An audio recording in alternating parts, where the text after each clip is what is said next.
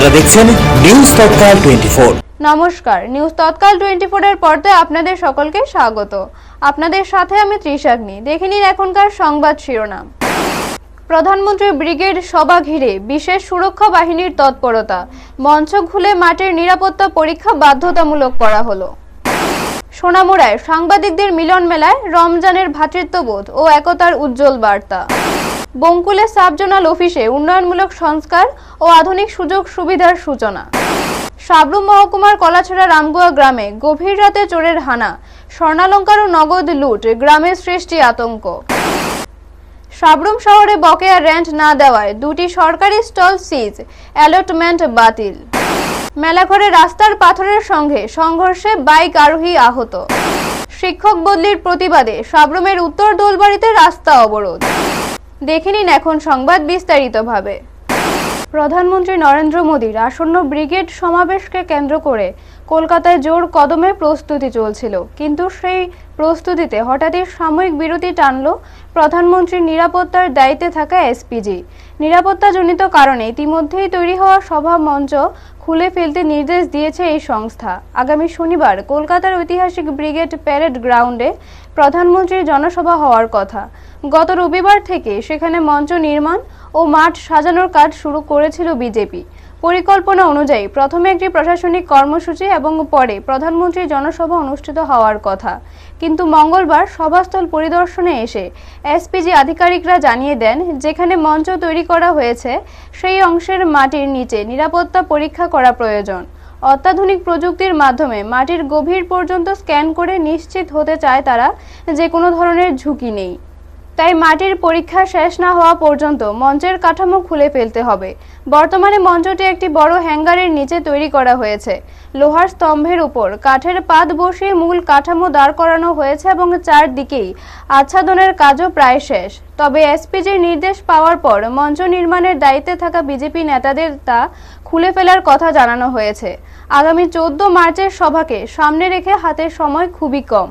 গত কয়েকদিন ধরে তৈরি হওয়া মঞ্চ এখন খুলে ফেলতে হলে নির্ধারিত সময়ের মধ্যে পুনরায় নির্মাণ করা যাবে কিনা তা নিয়ে কিছুটা উদ্বেগ দেখা দিয়েছে। ব্যুরো রিপোর্ট, নিউজ তৎকাল 24। ভ্রাতৃত্ববোধের উষ্ণতার মানবিকতার ছোঁয়া নিয়ে সোনামুড়া প্রেস ক্লাব আয়োজন করল মনোজ্ঞ ইফতার পার্টি। এই উদ্যোগে গুরুত্বপূর্ণ ভূমিকা নিয়েছেন বরিষ্ঠ সাংবাদিক মাহবুব আলম। স্থানীয় সার্জানি গেস্ট হাউসে অনুষ্ঠিত এই অনুষ্ঠানে উপস্থিত ছিলেন রাজ্যের পরিচিত মুখ আগরতলা প্রেস ক্লাবের সভাপতি প্রণব সরকার, নিউজ টুডের কর্ণধার সৌরজিৎ পাল, মহকুমার প্রবীণ সাংবাদিক স্বপন চক্রবর্তী এবং প্রেস ক্লাবের অন্যান্য পদাধিকাররা। ইসলাম ধর্মাবলম্বীদের চলমান রমজান মাসের 20তম রোজার শেষে আয়োজন করা এই ইফতারের অংশ নেন মহকুমার সব পর্যায়ের সাংবাদিক, সংবাদকর্মী ও অন্যান্য অতিথিরা। আয়োজনে যোগ দিয়ে প্রণব সরকার বলেন, রমজান মাস মুসলিম সম্প্রদায়ের জন্য বিশেষ তাৎপর্যপূর্ণ। এটি কেবল ধর্মীয় অনুষ্ঠান নয়, মানবিকতার বার্তা বহন করে, সামাজিক ঐক্য ও সাংস্কৃতিক বন্ধনকে শক্তিশালী করে। এমন আয়োজন ভিন্ন সম্প্রদায়ের মানুষের মধ্যে ভ্রাতৃত্ববোধ এবং একতার বার্তা ছড়িয়ে দেয়। ব্যুরো রিপোর্ট, নিউজ তৎকাল 24। আজকে 20তম ইফতার যদি আমরা ইতিহাস দেখি বা পৌরাণিক ইতিহাস যদি দেখি, এটা মুসলিম সমাজের অন্যতম একটা ধর্মীয় অনুষ্ঠান। এটা রোজা রাখা হয় 1 মাস ব্যাপী। এটা কেন রাখা হয়, এটার একটা সায়েন্টিফিক ব্যাখ্যাও আছে।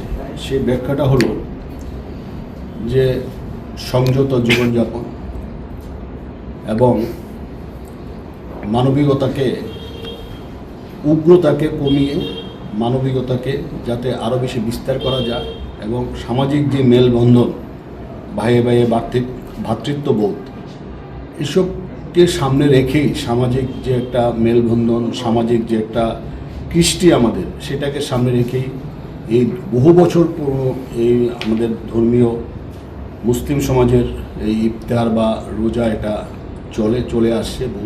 বহু বছরের পরম্পরা, ইতিহাস। এবং এটাতে কোনো হিন্দু মুসলিম নেই। মুসলিমদের অনুষ্ঠান হলো, আমরা যেরকম দুর্গাপূজা করি, মুসলিমরা এটাতে থাকে, সামিল হয়। ইফতারও আমরা সামিল হই। আমরা কিছুদিন আগে বাংলাদেশ হাইকমিশনে গেছিলাম। এবং আমাদের অনেক বন্ধুবান্ধব সবাই রয়েছে মুসলিম, এবং আমাদের যারা এই রাজ্যে যারা সাংবাদিকদের মধ্যে রয়েছে সোনামুড়াতে বহুত নামি নামি মেহবুব থেকে শুরু করে বহুত নামি নামি আমাদের জাহিরুল ভাই আছে, তারা বহু কন্ট্রিবিউশন, বহু অবদান এই মহকুমার জন্য রয়েছে, এই রাজ্যের জন্য রয়েছে। তা আমি বলবো যে আমি গতবারও এখানেই এসেছিলাম ইফতেহার পার্টিতে। তা আমি বলবো যে এটা একটা মহান উদ্যোগ, শুধু মহান উদ্যোগ না, এটা যদি আমরা ভালোভাবে মেসেজটা দিতে পারি সবাইকে যে আমরা সবাই একসাথে আছি, এক ছাতার তলে আছি এবং একসাথে আমরা চলাফেরা করি, আমাদের মধ্যে কোনো বিভাজন নেই, ভ্রাতৃত্ববোধ ছাড়া কোনো বিভাজন নেই। আমি বলবো যে আজকে সোনামুড়া প্রেস ক্লাব একটা অসাধারণ উদ্যোগ গ্রহণ করেছে, এবং যারা যারা আমাদের মধ্যে রয়েছেন সোনামুড়ার সবাইকে আমি আগরতলা প্রেস ক্লাবের পক্ষ থেকে অনেক অনেক অভিনন্দন এবং কৃতজ্ঞতা জ্ঞাপন করছি। এডিসির শিলাছড়ি মনোবঙ্কুল কেন্দ্রে দীর্ঘদিন ধরে বেশ কিছু অফিসের পরিকাঠামোর অভাবের অভিযোগ ছিল। গত 5 বছরে তীব্রমথা সরকারের আমলে বনকুল সাব জোনাল অফিসে ন্যূনতম সুবিধাও ছিল না, এমনকি সরকারি কর্মচারীদের বসার জন্য একটি মানসম্মত চেয়ারও ছিল না। এই পরিস্থিতি মেনে নিয়ে শিলাছড়ি এলাকার এমডিসি কংজং মগ তার উন্নয়ন তহবিল থেকে প্রায় 6 লক্ষ টাকা বরাদ্দ করেছেন। বরাদ্দকৃত অর্থ দিয়ে অফিসের জন্য নতুন ফার্নিচার ও কম্পিউটার ব্যবস্থা করা হয়েছে, যা অফিসের কাজকর্মকে আরো সুষ্ঠুভাবে পরিচালনা করতে সাহায্য করবে। এমডিসি কংজং মগ সাংবাদিকদের জানান, আমরা চাই সমাজের সব স্তরের মানুষ উন্নত হোক। আমাদের প্রধানমন্ত্রী নরেন্দ্র মোদী যে সবকা সাথ সবকা বিকাশ এর নীতি তুলে ধরেছেন, সেটি আমাদের কাজের মূল মন্ত্র। কাউকে বাদ না দিয়ে সবাইকে সঙ্গে নিয়ে উন্নয়নের পথে এগিয়ে যেতে চাই। বঙ্কুলে এই উদ্যোগ স্থানীয় প্রশাসন এবং সাধারণ মানুষের মধ্যে ইতিবাচক সাড়া ফেলেছে, যা এলাকায় নতুন করে উন্নয়নের আশা জাগিয়েছে। ব্যুরো রিপোর্ট, নিউজ তৎকাল 24। বিগত দিনেও আমরা এডিসি অনেক দীর্ঘ বছর বামফ্রম সরকার পরিচালিত ছিল, সেখানেও দেখেছি এডিসি এলাকার মধ্যে কোনো অফিস ঘর একটা সুন্দর নেই। তারপরে গত এডিসি নির্বাচনেও তীব্রমথা সরকার 5 বছর পরিচালিত সরকার চলছে, কিন্তু 5 বছর শেষের পথে উন্নয়ন এডিসি এলাকা উন্নয়ন তো দূরের কথা, কিন্তু অফিসের মধ্যেও যেখানে অফিসাররা বসবে, বিশেষ করে আমার মনোবঙ্কুল সাব জোনালের মধ্যে আমি দেখা গেছে একজন সাব জোনাল অফিসার বসার জন্য একটা বালু টেবিল নেই, একটা বালু চেয়ার নেই, মানুষ আসলে বসবে সেখানে পর্যন্ত নেই। তো আমি চিন্তা করেছি, কারণ অফিসাররা মানুষের সেবা নিয়োজিত, তারা মানুষের সেবা করে, তার জন্য আমি চিন্তা করে আমার উন্নয়ন তহবিল থেকে সেখানে আমি 6 লক্ষ টাকা বরাদ্দ করে এখানে অফিসারদের জন্য chair, DAP chair, DAP table, অনেক কিছু আমি দিয়েছি। এখানে স্টিল আলমিরা দিয়েছি। এখানে যেন এখন অফিস চলতেছে, এডিসি সরকারও সেখানে একটা ভালো কম্পিউটার নেই, সেই চিন্তা করে যাতে অফিস চলার মতো করে আমার 6 লক্ষ টাকা আমরা উন্নত তহবিল থেকে বরাদ্দ করেছি। তার জন্য আমি জনগণকে বলবো যাতে এডিসি এলাকার উন্নয়নের জন্য আগামী নির্বাচনে যাতে বিজেপি সরকারকে ভোট দিয়ে জয় করে যাতে এডিসি এলাকার উন্নয়ন জোড়া বইতে পারে সেই ব্যবস্থা করবেন। ধন্যবাদ। সাবরু মহকুমার মনুবাজার থানাধীন কলাছড়া রামগোয়া গ্রামে মঙ্গলবার গভীর রাতে ঘটে এক চুরি, যা গ্রামের মানুষের মধ্যে বড় আতঙ্ক সৃষ্টি করেছে। ঘটনার সময় গ্রামের বেশিরভাগ মানুষ কালাপানিয়া ন্যাচারাল পার্কের মেলায় ছিলেন। সেই সুযোগে একদল চোর বাড়িতে প্রবেশ করে স্বর্ণালঙ্কার ও নগদ টাকা লুট করে যায়। এলাকার বিপ্লব রায়, কমল দাস ও সুনীল দাসের বাড়িতে চোরেরা বারান্দার গ্রিল এবং ঘরের দরজা ভেঙে ঢুকে তাদের 2 থেকে 3 ভরি স্বর্ণালঙ্কার এবং প্রায় 3 লক্ষ টাকা নিয়ে যায়। বাড়ির মালিকরা জানান, এটি তাদের দীর্ঘদিনের সঞ্চিত অর্থ ও মূল্যবান জিনিস। এলাকাবাসীরা জানান, নেশাগ্রস্ত কিছু যুবক এই চুরির সঙ্গে যুক্ত থাকতে পারে। বাড়ির মালিকরা চিৎকার করলে পার্শ্ববর্তী মানুষরা এসে পুলিশকে খবর দেন। মনুবাজার থানার পুলিশ এসে প্রাথমিক তদন্ত করে বাড়ির মালিকদের কাছ থেকে তথ্য সংগ্রহ করেছে। গ্রামের লোকজনকে সতর্ক করে বলা হয়েছে, বাড়ির তালা ও দরজা ঠিকভাবে বন্ধ রাখার মাধ্যমে ব্যক্তিগত ও পারিবারিক নিরাপত্তা নিশ্চিত করা অত্যন্ত জরুরি। ব্যুরো রিপোর্ট, নিউজ তৎকাল 24। কি ছিল গতকালকে? আমি মেলা গেছিলাম, মেলার থেকে বাড়ি যাইয়া দেখি আমার বাড়ির লাইটটা অফ, আমি যাইতে লাইটটা দিয়ে গেছিলাম। তারপর আইয়া দেখি আমার দুইটা রুম, দুটা রুম একদম উলট পালট, বিছনা টিছনা হইতে, গ্যাস সিলিন্ডার হচ্ছে সব কিছু মানে উলট পালট। এরপরে ঘরের তালাটা ভাঙা আছে। এরপরে এবার ঘরে যাইয়া দেখি টুকি টুকি যা আছে বিছনা, ছেলের বিছনা টিছনা সব আইলেন না বিলেন না। সাব্রুম শহরের মূল কেন্দ্রে বুধবার সকালে নগর পঞ্চায়েত কর্তৃপক্ষ পুলিশ সহ অভিযান চালিয়ে দুটি সরকারি স্টল সিজ করে তালা ঝোলালো। স্টলগুলোতে বকেয়া রেন্ট দেওয়া হয়নি, যদিও আগেই নোটিশ দেওয়া হয়েছিল। এই কারণে নগর পঞ্চায়েত কর্তৃপক্ষ বাধ্য হয়ে পদক্ষেপ নেয়। নগর পঞ্চায়েতের deputy executive officer Manojit Debbarma সংবাদ মাধ্যমে জানান, বকেয়া পরিশোধ না হওয়ায় স্টলগুলোর অ্যালটমেন্ট বাতিল করা হয়েছে এবং দোকানগুলোর তালা ঝুলিয়ে দেওয়া হয়েছে। তিনি বলেন, সরকারি সম্পদের রক্ষা ও ন্যায়সঙ্গত ব্যবস্থা নিশ্চিত করার জন্য এই পদক্ষেপ নেওয়া হয়েছে। এই ঘটনায় শহরের ব্যবসায়ী ও সাধারণ মানুষকে সতর্ক থাকার পরামর্শ দেওয়া হয়েছে, যাতে ভবিষ্যতে সময়মতো রেন্ট দেওয়া হয় এবং এই ধরনের পদক্ষেপের মুখোমুখি হতে না হয়। ব্যুরো রিপোর্ট, নিউজ তৎকাল 24। নমস্কার সবাইকে। আজকে আমরা সাব্রুম নগর পঞ্চায়েত থেকে একটা অপারেশন চালাই। এই অপারেশনে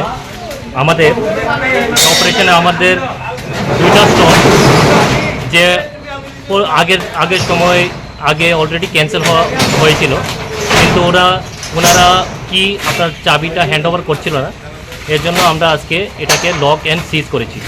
স্টল নম্বর হলো স্টল নাম্বার 66 আর স্টল নাম্বার 111 মানে 111।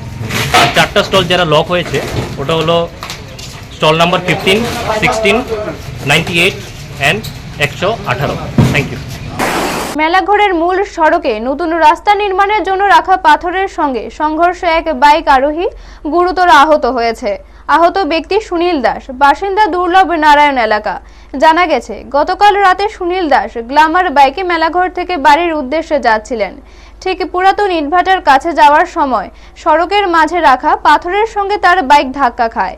এতে তিনি বাইক থেকে ছিটকে পড়ে যান। বিকট শব্দ শুনে আশেপাশের মানুষ ঘটনাস্থলে জড়ো হন এবং মেলাঘর ফায়ার সার্ভিসকে খবর দেন। দ্রুত ঘটনাস্থলে পৌঁছে ফায়ার সার্ভিস সুনীল দাসকে উদ্ধার করে মেলাঘর হাসপাতালে পাঠায়। এভাবে রাস্তার পাশে পাথর জমিয়ে রাখাকে কেন্দ্র করে এলাকায় ব্যাপক ক্ষোভের সৃষ্টি হয়েছে। ব্যুরো রিপোর্ট, নিউজ তৎকাল 24। আমি আইতে আছি এদিক থেকে আইতে আছি, ফ্যাশন থেকে এদিকে ফেরে রয়েছে, রাস্তা মাঝে ফেরে রয়েছে। আচ্ছা, তো রাস্তার মাঝে ফেরে রয়েছে, বাইক ফেরে রয়েছে, এদিকে বেড়া ফেরে রয়েছে, এদিকে রাস্তার মাঝে। তো আমি তো আল্লাহ আল্লাহ হয়ে আসলে বেটার মাল কিনে তুলছি, বেড়া তো ইয়ে কথা আছে, শ্বাস ফাড়তে আছে কোন ইয়া, মাথাটা দিয়ে আলকি দিয়ে আমি এবার তুলছি। লোকটার পরিচয় পাওয়া গেছে নি? না, লোকটা দাস মনে হইতে আছে, কিন্তু বাড়ি কোন কি দাস আমরা চিনি না। এখন কই আছে লোকটা? লোকটা হসপিটাল লয়ে গেছে। কে নিছে? ফায়ার ব্রিগেডের তারা লয়ে গেছে। পুলিশ আসেনি এখন পর্যন্ত? পুলিশ এখন আসছে না। বাইকটা কি অন্য কেউ কোনো যানবাহন সংঘর্ষ না আপনা আপনি ভাবে? ফসতে পারে। রাস্তা মানে এখানে খারাপ প্রচন্ড, হ্যাঁ প্রচন্ড খারাপ রাস্তাটা। পাথর লগে পাথর লগে বাড়ি খাইছে, পাথর লগে বাড়ি খাইছে। কি মন মানে বেশি ইনজোর্ড ছিল লোকটা? লোকটা মানে অবস্থা খুব সিরিয়াস একবারে, রক্ত আছে ওই আমার কারণে এলাকা রয়েছে।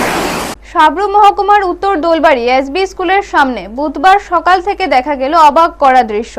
স্কুলের ছাত্রছাত্রী ও অভিভাবকরা শিক্ষক বদলির সিদ্ধান্তের প্রতিবাদে রাস্তা অবরোধ করে বিক্ষোভ প্রদর্শন করছেন।